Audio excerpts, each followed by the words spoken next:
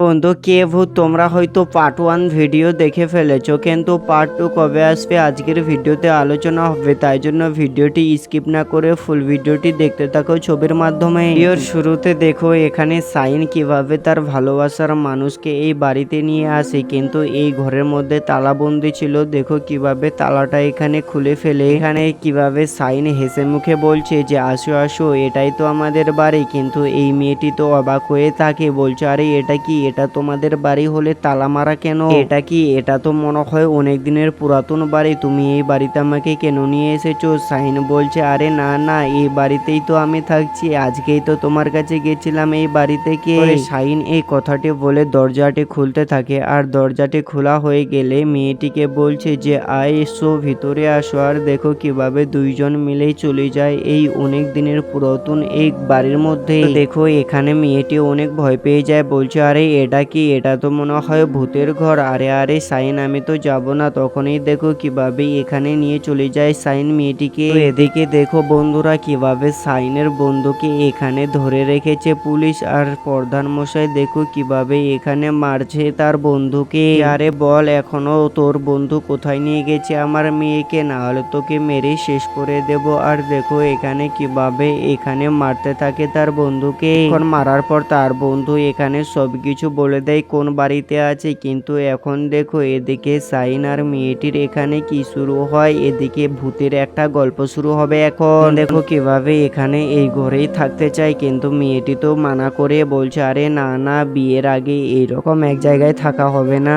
Sign এখান থেকে চলে যায়, বলছে ঠিক আছে তুমি একাই থাকো আমি যাচ্ছি। কিন্তু এদিকে দেখো কিছুক্ষণ পর সাইন আসে, কিন্তু আসলে এটা সাইন নেই, এটা তো ভূত। মেয়েটি এখানে কিছুই বুঝতে পারছে না, বলছে সাইন আমি তোমাকে অনেক কষ্ট দিলাম না, তোমাকে আমি অনেক বড় কথা বলে দিয়েছি, আমাকে মাফ করে দাও। বন্ধু এদিকে দেখো কিভাবে সাইন এইবার ভূত হয়ে এখানে ভয় খাওয়াচ্ছিল, কিন্তু কিছুক্ষণ পর আবার সাইন হয়ে যায়। এইবার দেখো এইবার এই সাইন কি বলে, আর মেয়েটি বলছে আরে আমি ওই ঘরে তো ভূত দেখলাম। সাইন বলছে আরে আরে কি, চলো তো আমি যাব ওই ঘরের মধ্যে, ওই ঘরে কি সত্যি ভূত আছে নাকি। আর দেখো সাইন তো এই ঘরে চলে এসেছে, তারপরে এই মেয়েটিও এখানে চলে এসেছে তার পিছু পিছু। তো এবার সাইন ভূত না হয়ে এই মেয়েটি ভূত হয়ে যায়, আর সাইন এখানে দেখো কতটা ভয় পেয়ে যায়। এখানে তো সবার প্রথমে হাসছিল, কিন্তু কিছুক্ষণ পরে তুমি দেখতে পাবে সাইন কতটা ভয় পেয়ে গেছে। আর দেখো এখানে বসে বসে হাসছিল, তারপরে এই মেয়েটিকে কিভাবে এখানে মেয়েটি ধাক্কা মারে ফেলে দেয় সাইনকে। এখানে মেয়েটি ভূত হয়ে গেছে, মেয়েটি এখনো জানেই না। তারপরে দেখো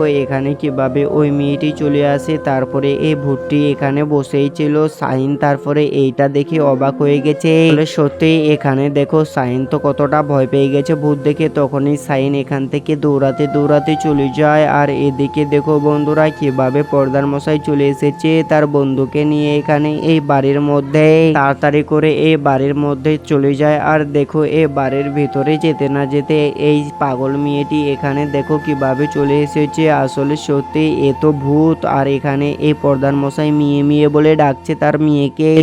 তুই আমার মান সম্মান সব শেষ করে দিলি, কারণ তুই আমার প্রধানের মেয়ে, কিন্তু এ তো ভূত। বন্ধু কিছুই কথা বলছে না। তারপরে যখনই এখান থেকে ভূত বেরিয়ে আসে তখনই এরা প্রচুর ভয় পেয়ে যায়, কারণ এখানে দেখো এ তো বন্ধু মারতে চাইছিল তার মেয়েকে, কিন্তু আসলে এটা তো তার মেয়ে নেই, এটা ভূত। আর চোখ মুখ কিভাবে এখানে পঙ্গ হয়ে আছে, আর দেখো কত বড় একটি সাদা কাপড় পরে আছে এই মেয়েটি। দেখে দেখো কিভাবে ভূতটি এখানে সিঁড়িতে আসছে, কারণ এরা কিন্তু সিঁড়ি দিয়ে পালিয়ে যেতে চাইছিল, আর সিঁড়ি থেকে নামানোর সময় হঠাৎ করে এই ভূত দেখে এখানেই দাঁড়িয়ে যায়। উপরে যখনই দেখছিল দেখো উপরেও কিন্তু একটি অনেক বড় ভূত। আসলে সত্যিই এই ভূতটা আজকে এদেরকে ছাড়বে না মনে হয়, কারণ চারদিক দিয়ে ঘিরে রয়েছে।